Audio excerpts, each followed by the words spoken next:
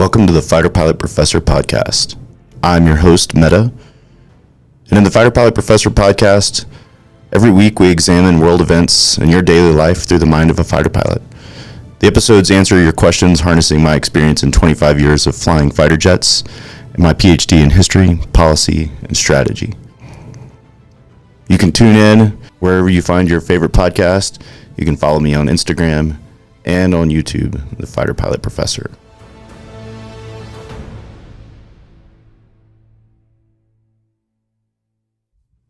All right, welcome back. It is Season 3, Episode 4 of the Fighter Pilot Professor. I am your host, Meta. And today we're going to be talking about the wider Middle East. Primarily, we're going to be focusing in on Syria, Iraq, and Iran. And then we'll also be talking a little bit about fast, good, and cheap. Another way to say, how do I divide my time? As always, you can follow me on Instagram and YouTube, Fighter Pilot Professor, and get this podcast wherever you get your podcasts. Let's dive right in.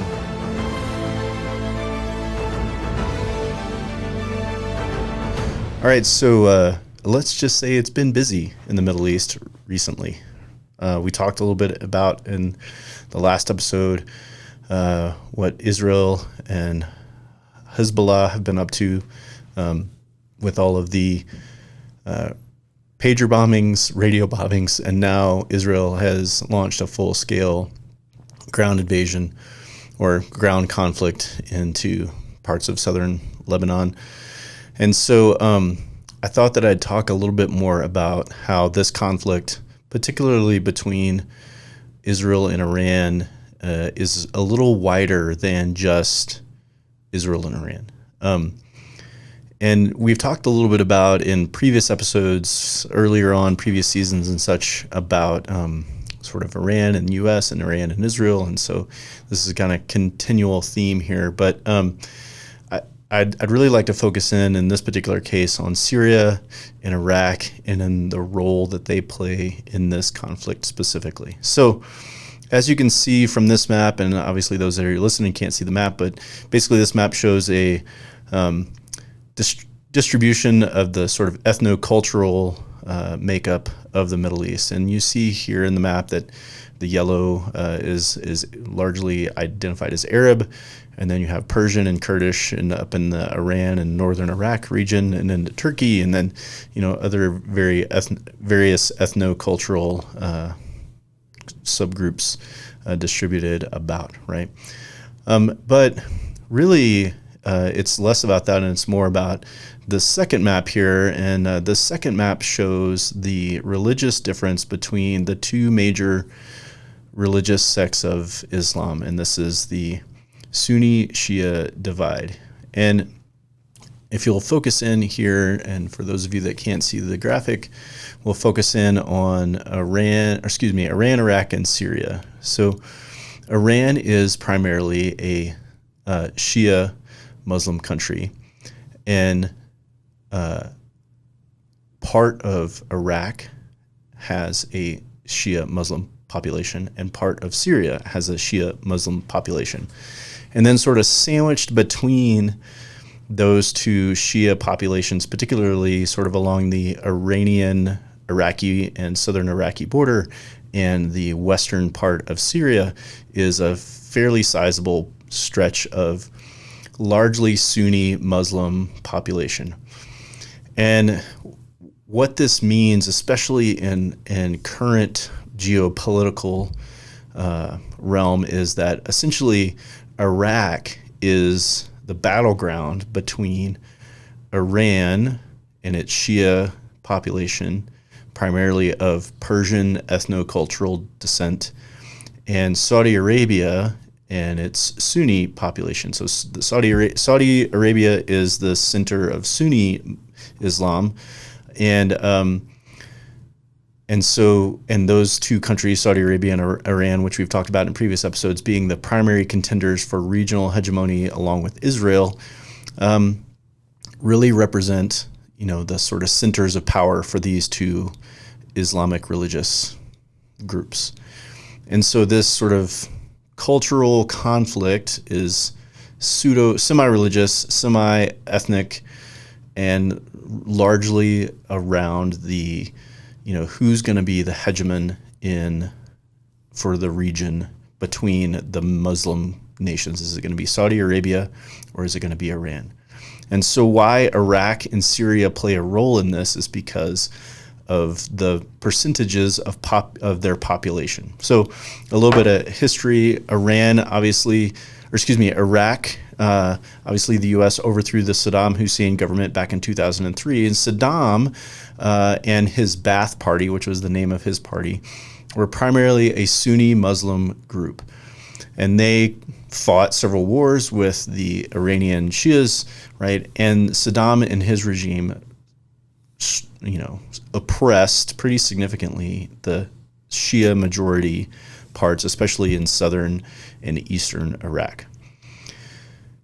Similarly, out in Syria, the Syrian government is Shia. So the Assad regime is a Syrian specific sect of Shia Muslim called Alawite. They are a they are a Shia sect, and Syria has a large population of Sunni Muslims. And so between Iraq and Syria, you have this, at least until Saddam's government was overthrown, you had this ruling party or this ruling family who was the minority of the rest of the country that they were ruling. And so you see both in Syria and in Iraq this sort of history of oppression by the two governments. Now, when the U.S. overthrew the Saddam's regime, then this is where we get a lot of the conflict that we have now.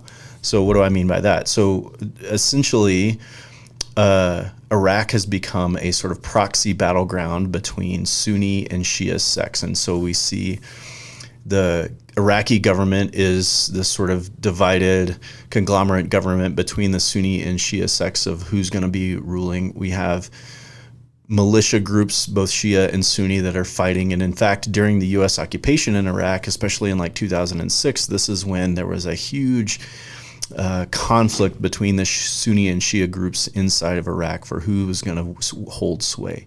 And then in the 2010s, you had the rise of ISIS, and then obviously the U.S. helping Iraq to put down the ISIS uprising. And now you have largely ISIS has been crushed out, but essentially, and this is also holds its roots in the Arab Spring, and there's a whole bunch of other history that goes into this. But now essentially you have this sort of semi-ungoverned space in eastern Syria and western Iraq that is largely a Sunni population, and then you have the sort of controlling centers closer to Iran in Iraq, and then along the western coast of Syria that are Shia. And so this creates a sort of middle ground for conflict between the Sunni and Shia control, particularly for Iraq. And so that's why we see still U.S. soldiers, which we'll get to more in a separate episode talking about U.S. presence in the Middle East. But nevertheless, this struggle between Iran and Saudi Arabia, and particularly Iran and Israel, is sort of taking place over who's going to be in control in Iraq. And why this matters, particularly for the Israelis, but also for the Iranians, is if I control the middle ground, or if I have a friendly government in the middle ground that is Iraq, then as Iran, from Iran's perspective, they can reach through Iraq into Syria and potentially down into Israel a lot easier, right? Conversely, and then also they can hold sway over a large portion of the Middle Eastern population between Syria, Iraq, and Iran. And then obviously we've talked about Lebanon, for example, right?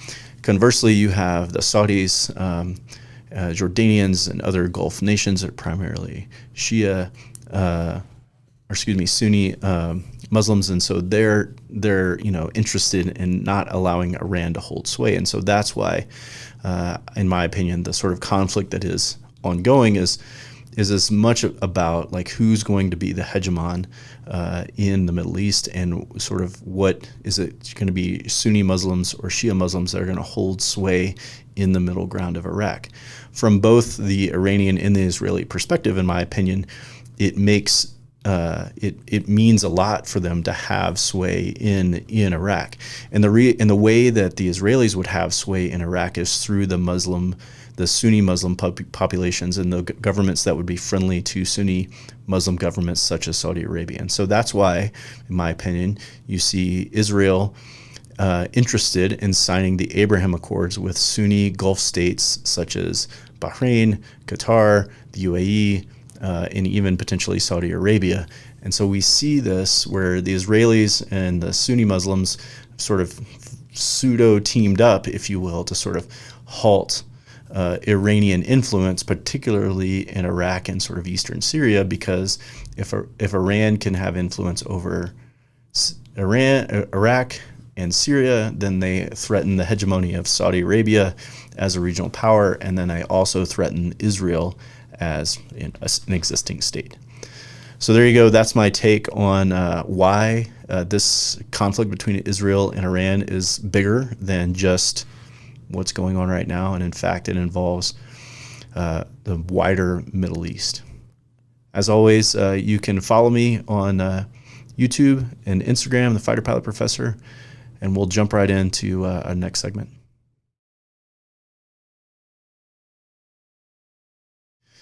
So I wanted to talk a little bit about like when is good enough? When is good enough good enough? Or how do I prioritize what is good enough? And a little bit about multitasking, right? And I don't know where I saw it. I read it somewhere. I saw it somewhere. Whatever. It sort of doesn't matter. But there exists out there in the world. Let's just say the idea that things can be fast, good, or cheap. To choose two. Right. And what that means is you have to balance out the things that you want out of something if you're getting a product, right? So I can get it fast and I can get it fast and good, but it's not going to be cheap, right? Or vice versa. I can get it cheap and good, but it's probably not going to be fast for it to show up to my door, right? So you think about Amazon, man, I can Amazon almost anything for cheap, but it may not be that great, right? It might be some knockoff product, right? But you get the idea, right? Fast, good, and cheap, choose two. It's kind of the same thing with your time. If I'm doing a project, I can do it fast, good, or cheap. So I have to allot my time accordingly, right? I can't multitask things, right? So I got to make sure that I'm allotting my time accordingly. And if I need to do something fast, and it has to be good, then it's not going to be cheap, right? It's going to cost me in sleep, food, some sort of time with outside of whatever it is that I'm doing, right? Similarly, if I want to do a good job and I want it to be cheap, then I certainly can't do it quickly, right? I'm going to spend time over several days. I'm going to take my time. I might take a few hours each day and allot a little bit of a time to do it, but it may take me a while to complete that task, right? So when you're thinking about doing tasks and multitasking and how am I going to spend my time, right? You can kind of apply the fast, good, and cheap rule. You got to choose two, right? Similarly, if you're a leader of an organization, the same thing sort of applies here. We've talked about it a little bit, and I'd like to talk about it more, the Eisenhower, urgent, important matrix. But as a leader, you kind of have to understand that, if I want something right now, it may not be very good, right? If I'm like, hey, I need you to give me this tomorrow or in an hour or whatever, I may not get my team's best work, right? But if I want their best work, if I'm going to say, hey, I want your best work and I need it tomorrow, then it's going to cost me in leadership capital with my team, right?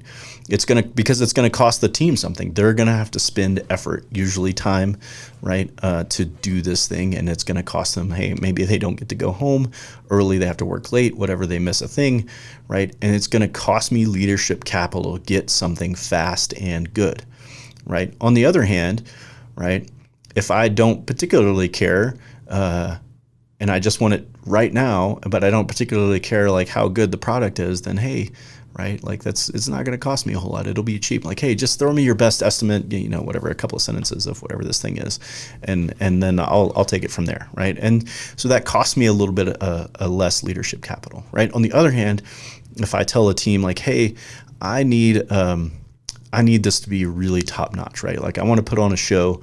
I want this to be top quality, right? I better make sure that I'm giving them the time and resources they have to accomplish this job, right? Right. Fast, good, or cheap, I can only choose two, right? So I got to give them resources. I got to give them time to accomplish the thing that they're having to do, right? And that applies sort of for your own time and for your team's time if you're leading teams. So just keep that in mind. The fast, good, and cheap model is you got to choose two. So use that as you will.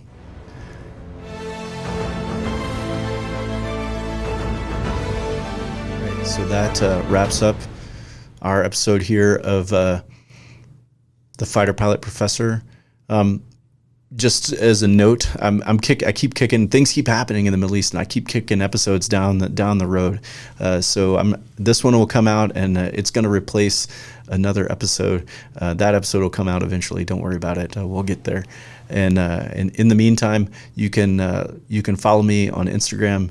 You can follow me on YouTube, Fighter Pilot Professor. You can like the things that you see there. And as always, you can get this podcast wherever you get to podcast. Have a good one.